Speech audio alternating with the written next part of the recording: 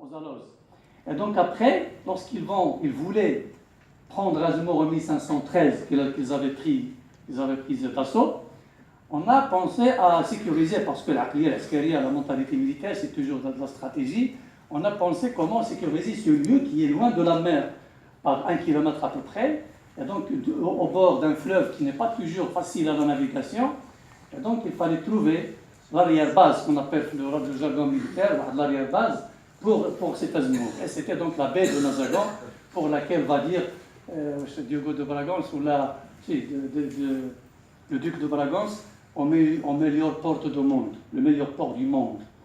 Et donc on arrive à Mazagan en 1502, exprès. Vous allez lire, et vous avez lu dans pas mal de textes, pas mal de manuscrits, pas mal de livres publiés par d'éminents chercheurs qui disent que les Portugais sont arrivés en 1502 par hasard. C'est complètement erroné. Parce que les Portugais sont partis de chez eux pour venir directement prendre Mazagan, qui s'appelait Mazirène, dans les sources arabes anciennes, avant l'arrivée des Portugais au XVIe. Et donc ils arrivaient en 1502 par la flotte de Georges de Melo, qu'on a voulu dire qu'ils voulaient attaquer le Terga, dans le Rif, pas loin de Tétouan. Et alors, une tempête qui a pris donc, la flotte de Georges de Melo, elle a jeté donc dans l'océan jusqu'à ce qu'il arrive.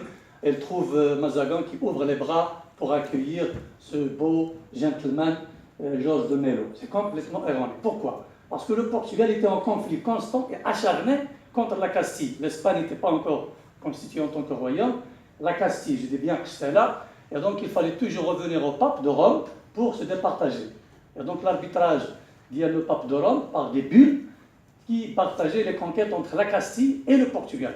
Et donc le Portugal, le roi du Portugal, avait l'intelligence de dire que bon voilà, Flan, gentleman, aventurier, qui a recruté des gens à droite et à gauche, des nègres entre guillemets, pour galérer dans les vaisseaux, les bateaux qu'il va prendre.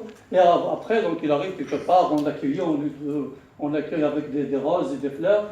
Et comme ça, il va construire un petit truc pour du commerce. Et petit à petit, il s'installe. C'est ce qu'on a fait à Messar, c'est ce qu'on a fait à Château de Mer de Safi, et c'est ce qu'on a fait à Mazagan. C'est pour cela, donc, pour détourner le problème avec la Castille, que Georges de Melo est venu directement, alors qu'on dit dans les sources qu'il est venu par hasard. Alors on a construit le premier castello.